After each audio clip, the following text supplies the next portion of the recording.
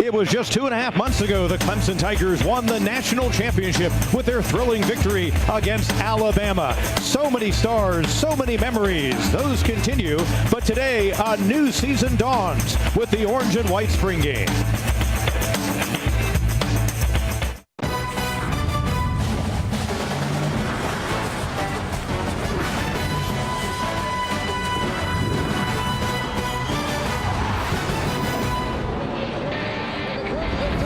We welcome you into our ACC Network Extra telecast, and what a beautiful day we have here in Death Valley.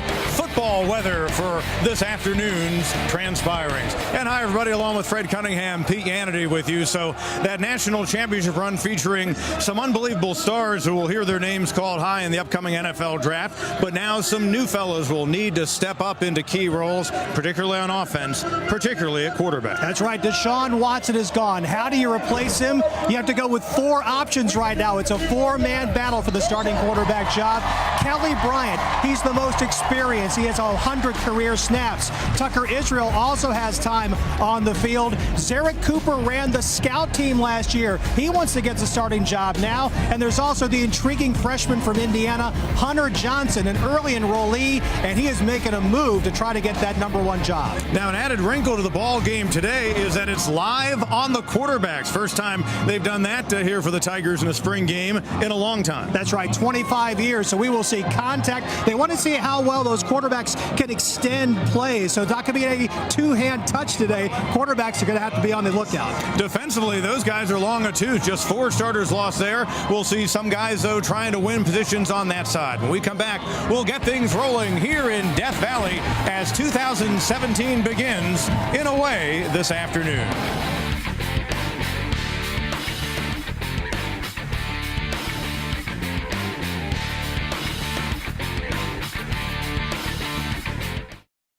At 211 yards rushing last season, but there's another guy with Tavian Feaster, the highly regarded now sophomore running back out of Spartanburg. He's getting a lot of attention, but Fuller does a lot of things well for how this offense works. And on a third down play, it'll be Bryant out of the empty backfield, and Kelly Bryant shows you what he can do.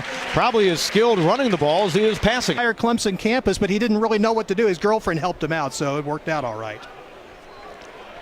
Little shovel to McLeod, and this time he's got room. 20 to the 15 and forced out of bounds inside the 10-yard line. And you see what Ray McLeod can do. He showed that particularly last year in that Thursday night win at Georgia Tech, and right here he's off to the races. Again, beautiful execution. This is a guy who was one of those 5-star recruits. He gets into the secondary and just lets his speed take over, and he's got the orange team on 1st and goal from the 6. Corinne Wiggins during his Clemson career has battled some knee injuries and trying to make a statement in this final season. Here's Bryant running right, finds room, and he's in. Touchdown. And Kelly Bryant, a 4-yard scamper, first touchdown of this 2017 spring game. Again, a punting situation for the White, and a booming kick. And McLeod will actually pick it up inside the 15. If this were a real game, he might get a real tongue lashing. May only get a partial one, but that time, quite the punt.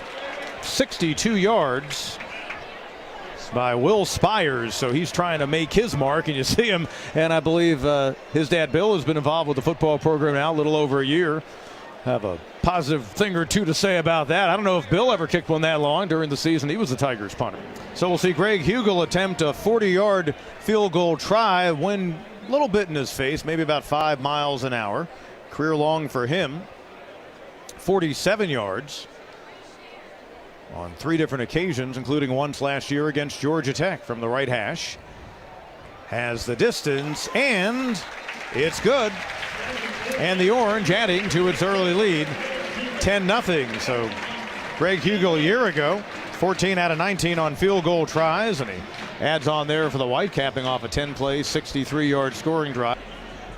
And Feaster is back there again with choice. Feaster had a 22-yard return the last time. He's going to get another opportunity right now, just beyond the goal line. This is a guy who is a world-class sprinter, and you see the Jets as he goes up the sideline, finally knocked out of bounds at the 36.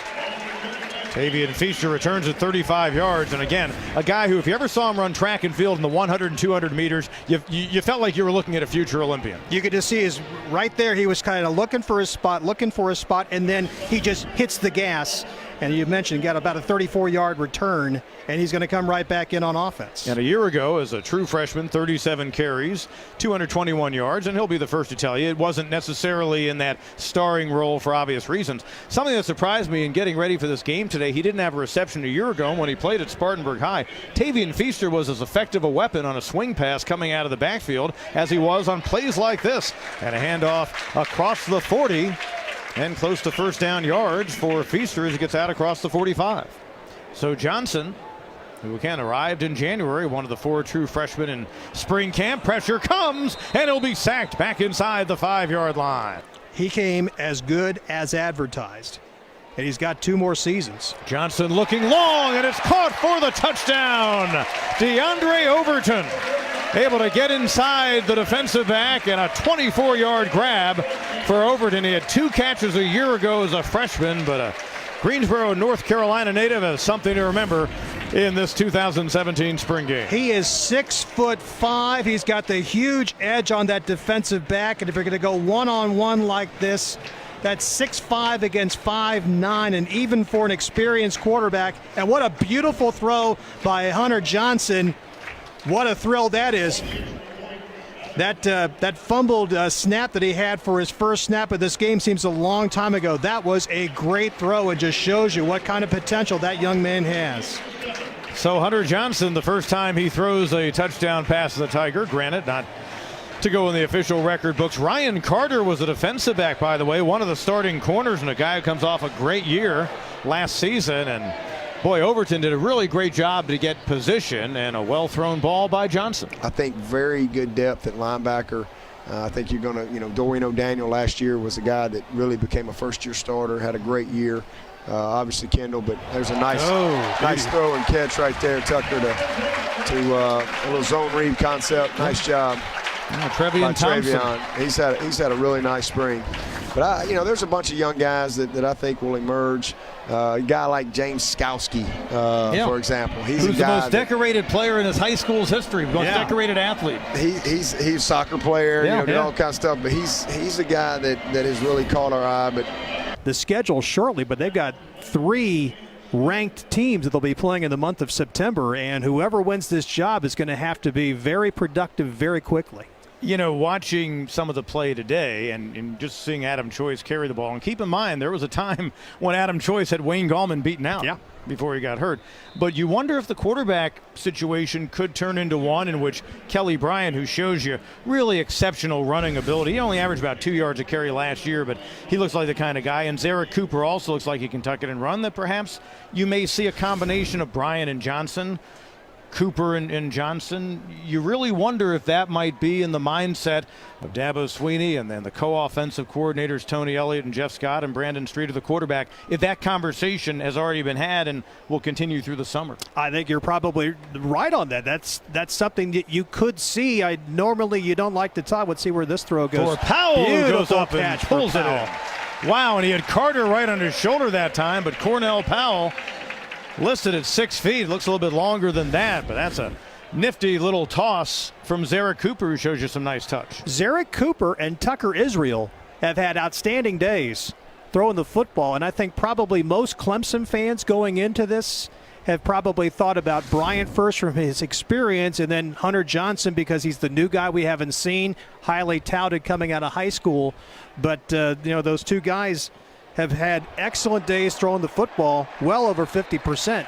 Good job by Choice to lower his shoulder, and Adam Choice getting to a place he was unable to last season, into the end zone for the touchdown, and the white answering that TD moments ago by the orange, and it's back to a 6-point game. Well, you get the impression with Dabo Swinney and company, they have closed those doors, and they're the guys who are getting the upstate talent, like Kelly Bryant right there, and a beautiful scramble first to his right, then back to his left, all the way inside the 20, and coming up on a minute to go. That might have just sealed the deal as he got his team, if not a first down, within inches of one, and they should be able to get the first down here and sew this game up. At the end of the national title game, and Kelly Bryant perhaps establishing himself today as the heir apparent to Deshaun Watson gets to do the same to bring to an end a spring game, which, again, we saw lots of fresh faces, and the orange team prevails in the end, 19-14. This was a lot of fun to watch. I mean, this felt like a true football game. We had live special teams all day. We hit the quarterback all day today. There were some hard hits in this game.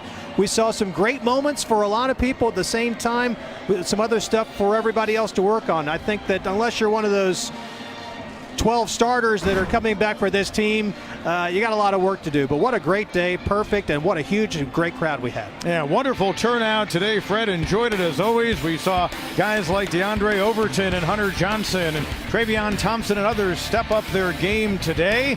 So September 2nd, Kent State pays a visit to Death Valley. They'll do one final acknowledgement of the national championship. Then today they gave the outgoing seniors their rings. Hardware was gained back in January. The Tigers will now begin their pursuit of that anew moving forward. For Fred Cunningham, Pete Hannity saying so long. This has been a presentation of ESPN.